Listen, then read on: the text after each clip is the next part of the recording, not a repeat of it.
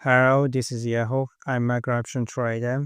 Today is Tuesday, July 22, 2025, and the time is now 9:42 p.m. Japan time. Let's dive into today's market review. The Nikkei closed at 39775 yen, a slight drop of 0.1%.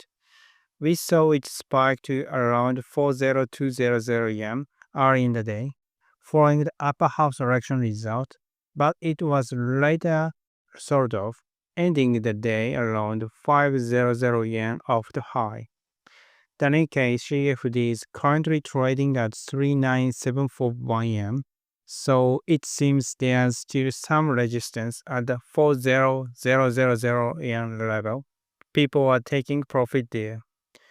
Volatility index in Japan fell to 22.92, continuing the trend we are seeing in the US.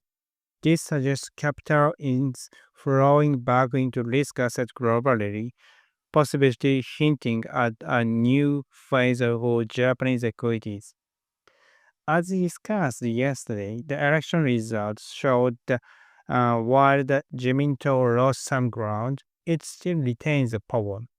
Minor conservative parties like Sanseto and the Kokumin Minshito gained traction, signaling a new conservative coalition forming, possibly more innovative and reform-minded. This gives Japan a stable domestic political base, even with some external uncertainties. From a foreign investor's perspective, this outer stability in a safe structure could make Japan a more attractive market. The Nikkei's PER is currently 15.71, with EPS around 2531 yen. So the big question, can political tailwind boost Japan's equity markets from here?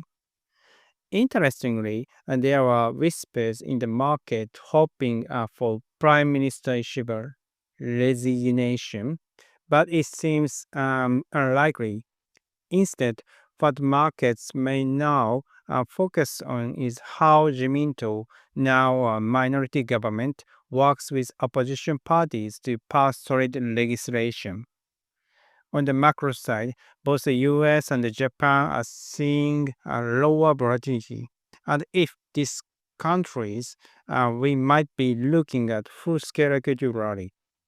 Meanwhile, Japan's 13-year bond yield is at 3.08%, not indicating major concerns over fiscal risk, despite the election outcome likely leading to more spending.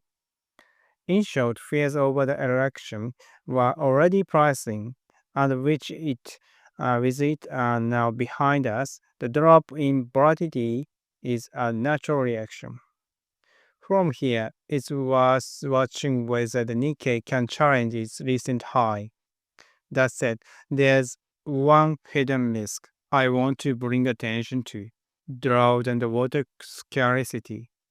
Looking at the global rainfall data from 2000 to 2025, 2025 already shows a sign of serious drought, through not as severe as 2000.